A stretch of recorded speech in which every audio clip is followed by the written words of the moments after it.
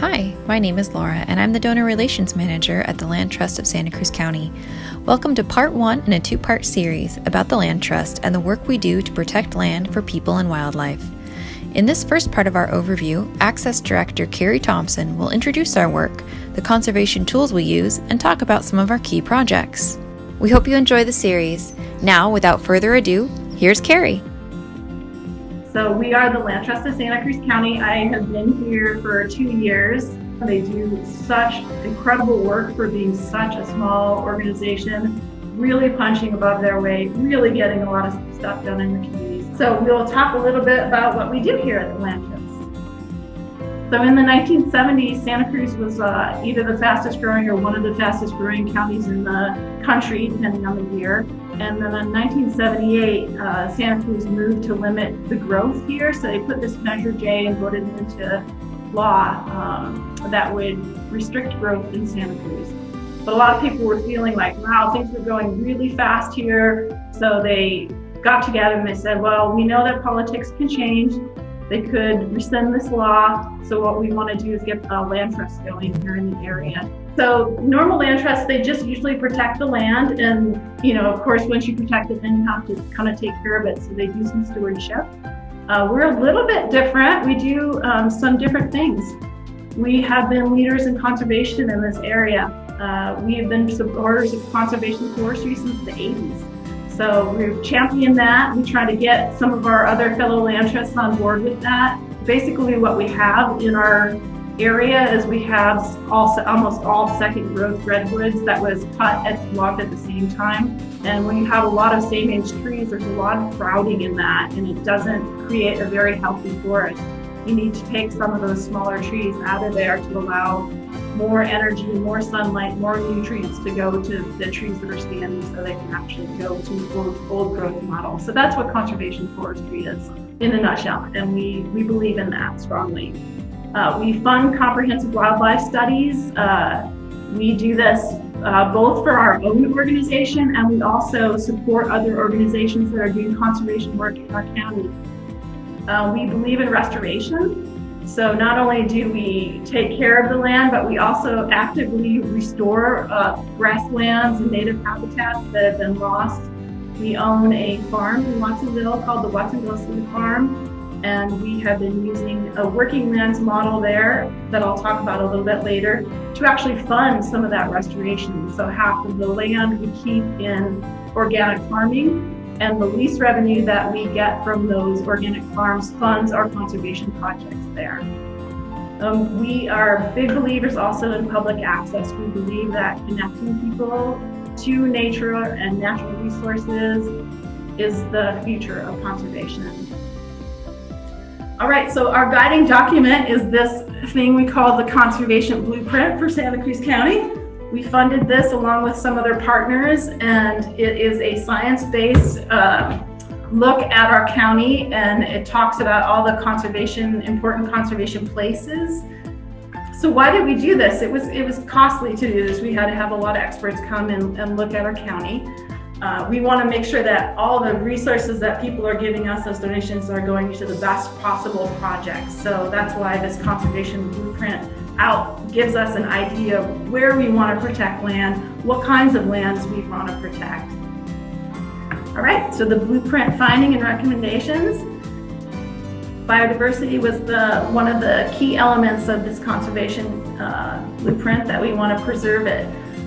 Wetlands are a big part of our project areas. We really want to preserve as much wetland as we can. This has happened across our state where there's been a lot of wetland loss. Ponds, particularly for the red-legged frog, which is an endangered species in our area. Streams and rivers, and protecting important watersheds. We have a lot of watersheds in our places that we manage that we're doing a lot of work on protecting the habitat, enhancing the habitat. And then our conservation blueprint addresses unseen threats, particularly climate change, and how we can mitigate the effects of that by buying properties that are resilient to climate change.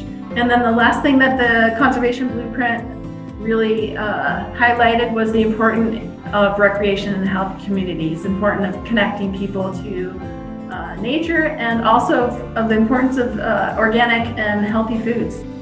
All right, so we want to secure this long-term viability of our globally rare communities, and Santa Cruz is really an incredible place because we have a lot of these here. So we have some tools of how we protect the land. I talked about this a little bit. We try to purchase important properties when we can. We purchase land around the Highway 17 crossing at Laurel Curve, and then Rocks Ranch is our newest acquisition for another wildlife tunnel. We also have conservation easements, and this is a big part of our program, particularly to save farmland in Watsonville.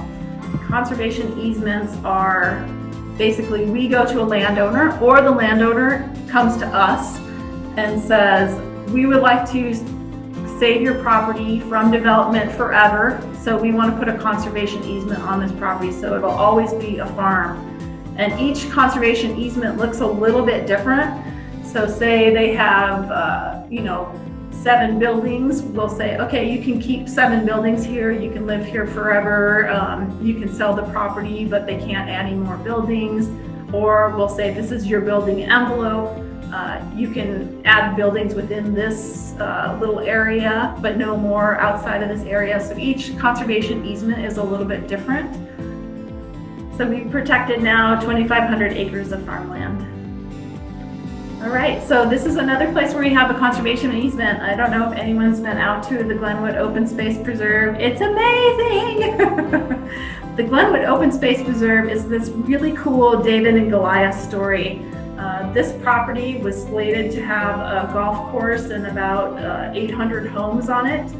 And some concerned people in Scotts Valley got together and they didn't like that, so they fought, and they ended up stopping all the iterations of these big projects, which I think there were 3 or 4 of them. During this process, they found that there were some rare and endangered species on this property, so the California Native Plant Society came out and looked at these, particularly the flowers that they thought were quite rare, and that was what was the impetus for California giving the money to save this property. So the state of California bought this property, donated it to the city of Scotts Valley, and then the Land Trust of Santa Cruz owns conservation easement on it. And then we partner to protect large parcels, and this is our San Vicente example, is our San Vicente Redwoods parcel. This is a giant parcel that goes from Upper Empire Grade Road basically by Jameson Creek all the way down to Cotonee Coast Dairies.